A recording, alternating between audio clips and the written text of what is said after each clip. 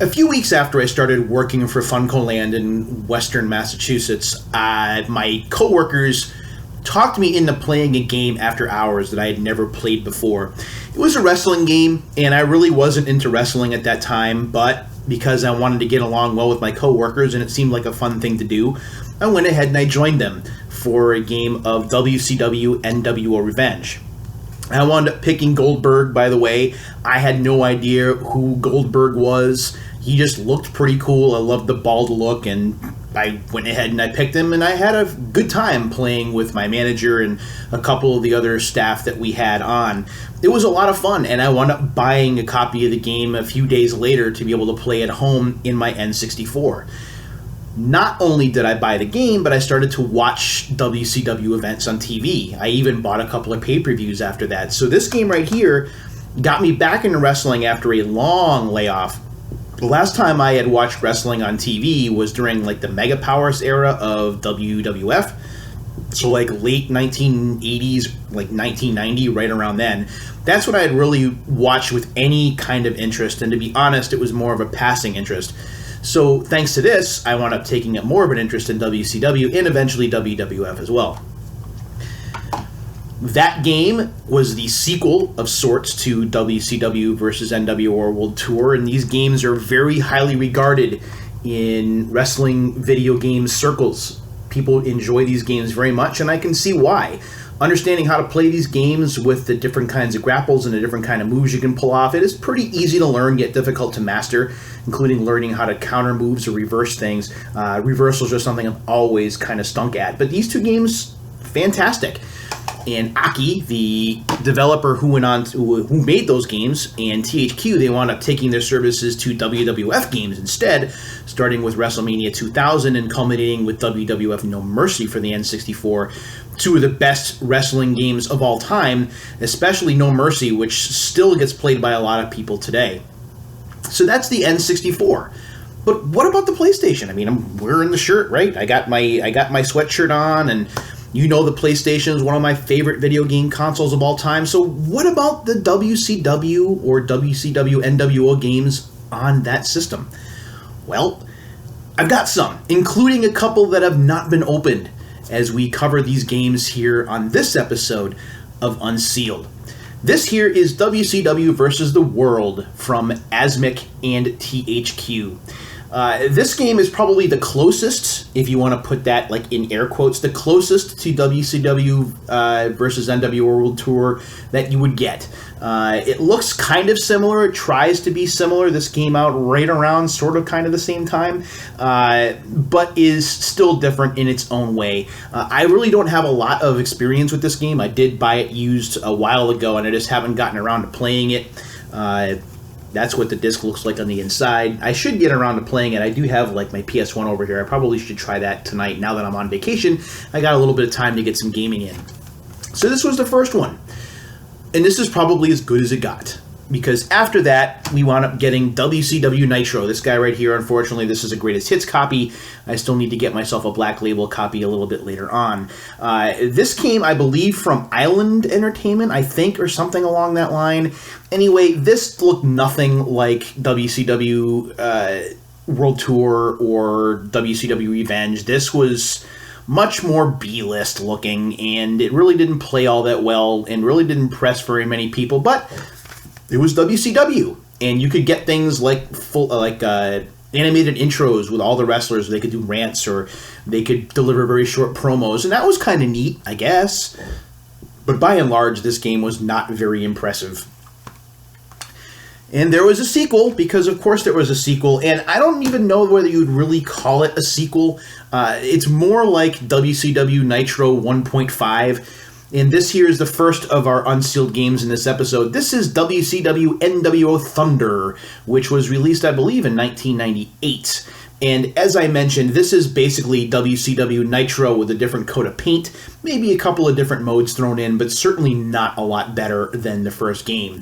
Feel the power is what we got there on the back of the case. And you can see the similarities in screenshots between this game and Nitro. They look very similar. It's because they are very similar. There isn't a lot of difference there, except, of course, for the branding, with this being the Thunder show instead of the Nitro show, kind of like Raw and SmackDown during the Attitude Era. So this is fully sealed, by the way. We do have the label at the top, WCW Nwo Thunder. And when you read the back of the case, it says here, take control of the world's greatest athletes in WCW Nwo Thunder. Dictate the rules, then break them. Only your imagination can keep you from ruling the world of professional wrestling. Over 60 WCW and NWO superstars, including Goldberg, Hollywood Hogan, Kevin Nash, Diamond Dallas Page, The Giant Bret Hart, Conan, Roddy Piper, Kurt Hennig, Saturn, Randy Savage, Chris Jericho, Sting, Raven, and more. The interesting thing about this game, and of course I gotta bring it back into the shot here, and Nitro, is that the developers put themselves in the game, and there are also some weird animals and insects and other random wrestler types. This, I believe, has more wrestlers than WCW Nitro, which I guess is a good thing, but may also be a bad thing, depending on how you look at playing the game itself. Full-screen wrestler entrances with theme music, kind of, sort of. These are not full entrances. They are snippets that are about maybe 5 to 10 seconds each that play. Sometimes they play the theme music and sometimes not. They're all from the Thunder set, so if you're playing a pay-per-view set, like Halloween Havoc or something, it's not going to be that. You're going to see them walking into the Thunder set. Don't know why, that just kind of is what it is. There's also commentary from Thunder announcers Tony Schiavone and Mike Tenay, so that, if you like those announcer duos, then there you go. Battle Royal, steel cage matches, numerous weapons, signature moves, taunts, and finishes. The most complete PlayStation wrestler yet, says Game Informer. Game Informer, what are you doing? Of course, this was 1998, and we didn't have WWF SmackDown yet, which would come out, I believe, a year later. So let's go ahead and open this up. It is from Inland Productions, by the way. I knew I was right about that. Let's go ahead and get this guy opened up, and we can see the disc on the inside. Hopefully when I open this up, I don't invite some kind of curse upon me. Gosh, I hope not. Usually when you open something that's been long dormant like this has been for 23 years, sometimes you're just inviting bad things to happen, but whatever. I can't get this open. Maybe I should just quit while I'm ahead. Let's see if I can do this now. I mean, I'm already here. I've already started to open it. I can't give up now. Come on. There we go. I've got it now. I think. There it is.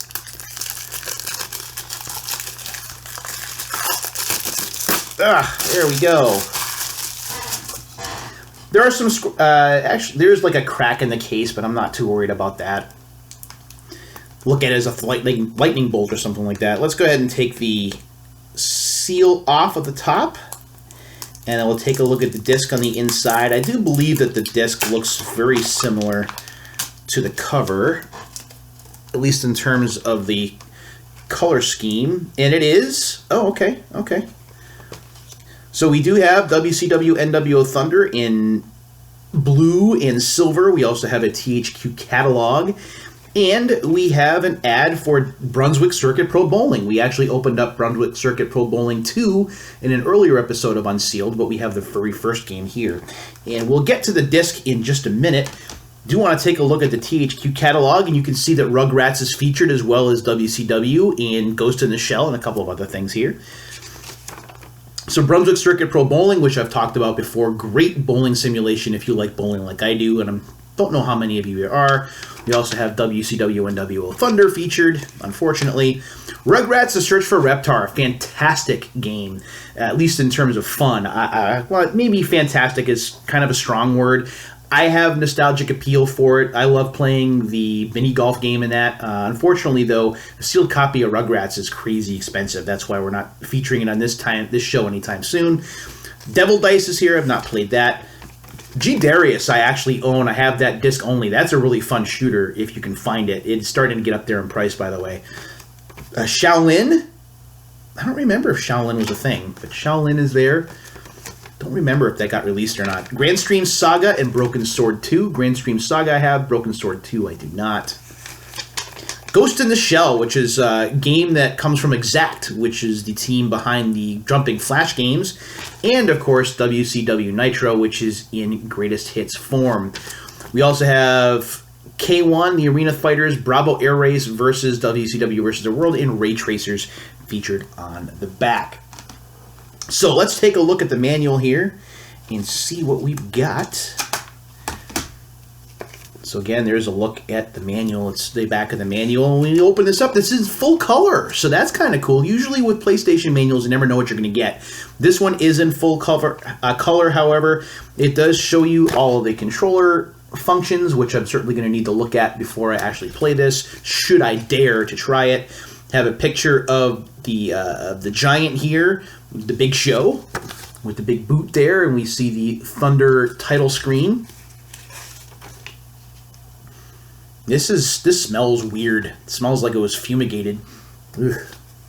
This has been sitting around for a while, I think.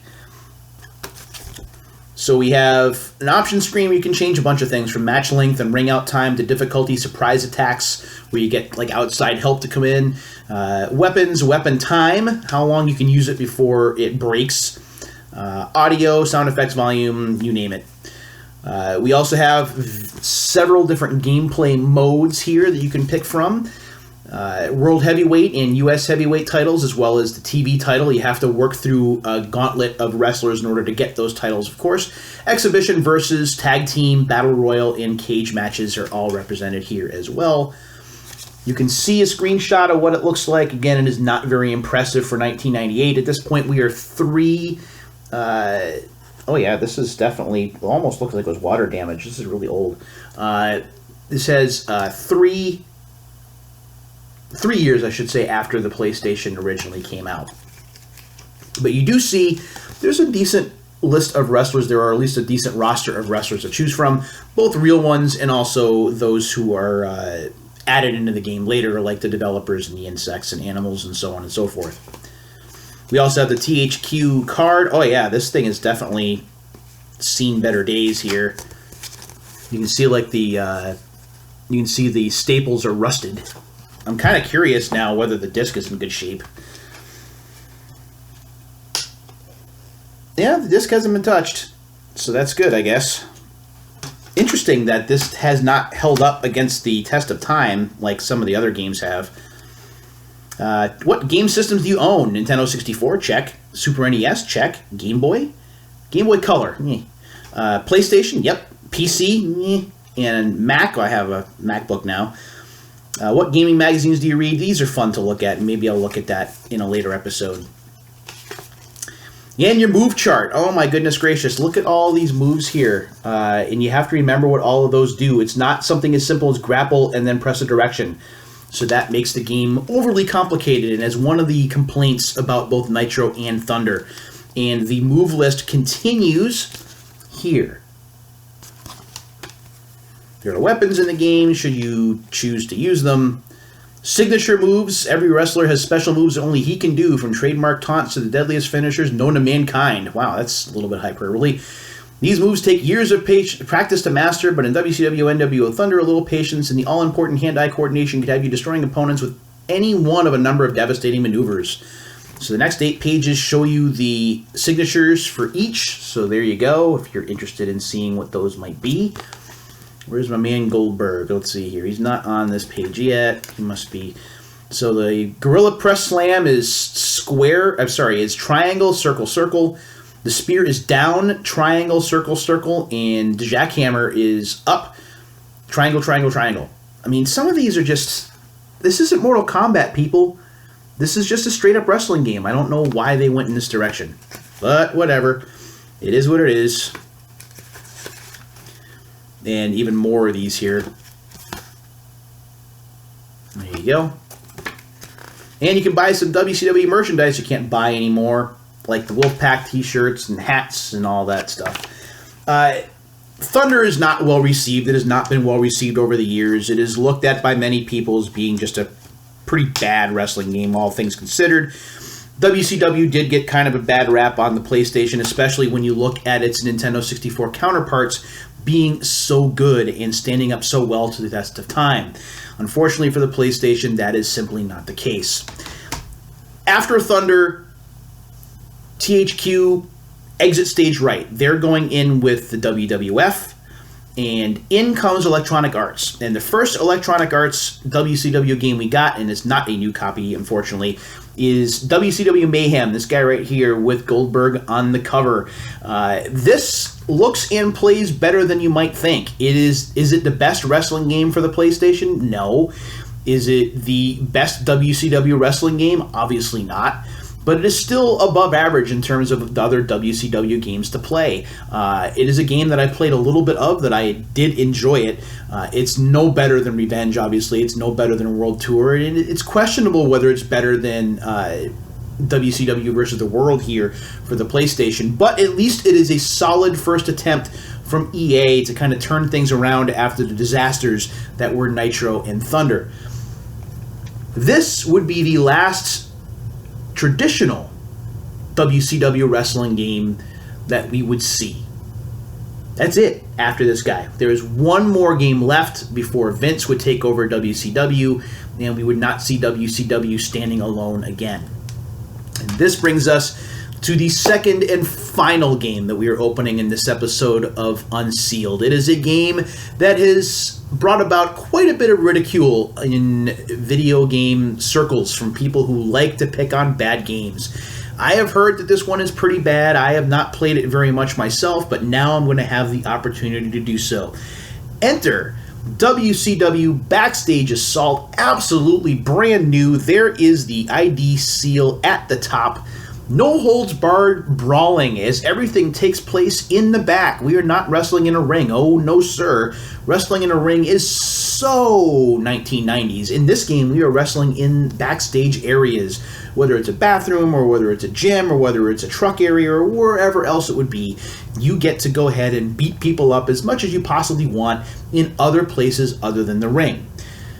Is it an interesting idea? Personally, I think it is. I think that it is a concept, especially if you do it like an over-the-top arcade game, similar to maybe WWF WrestleMania or maybe WWE All-Stars. It could work. But this particular game, even with the interesting concept, just does not come through in the end when it comes to execution. So again, we'll take a look at the back of the case here so you can take a look at some of the screenshots. The screenshots just... ugh. This is not a pretty looking game. It is rather ugly. And what's surprising is that this game is coming out in like 2000. So we are at the tail end of the PlayStation era. We are getting ready to walk into the PlayStation 2 era. Generation 6 is about to begin. Games should not look like this at this point. But unfortunately, that is where we are. No holds barred brawling. 14 playable backstage arenas, including the new semi-trailer arena. Destroy your enemy faster with power-ups. Again, it wants to be more arcadey. Use your environment as a weapon. Over 50 WCW superstars, including the women of the WCW. So now you get some intergender matches, which at this point is starting to kind of be on its way out. We would see this some with some of the WWF games for the PlayStation 2, but gradually the intergender matches would be phased out. First Blood mode and torch matches are also here. So let's go ahead and get this opened up. Again, I'm probably inviting the apocalypse by opening this game, which has been sealed now for over 20 years.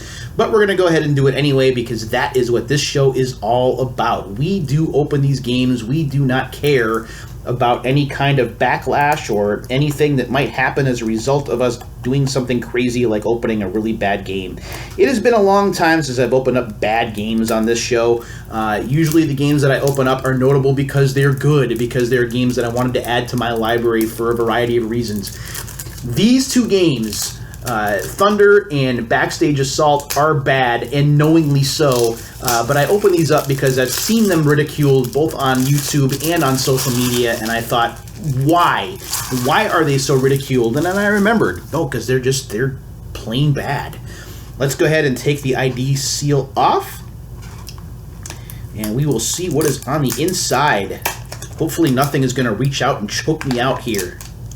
That takes care of the ID seal. When we open up the case, this is pristine, by the way. I mean, it doesn't get any better than that. And it doesn't smell weird like the other one.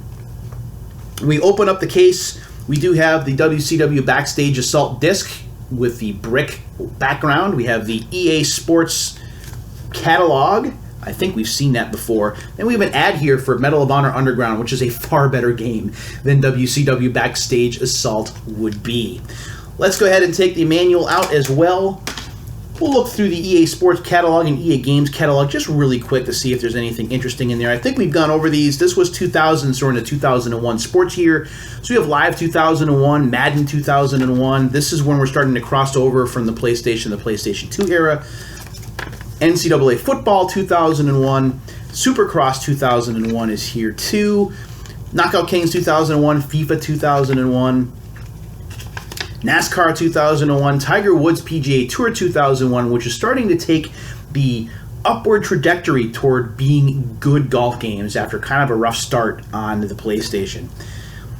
And what else do we have? And NHL 2001, a game that I'm trying to get a copy of for this show before the end of the NHL season this year to talk about this. I've seen a couple of deals on eBay about it, and if not, maybe I'll talk about it on repeat.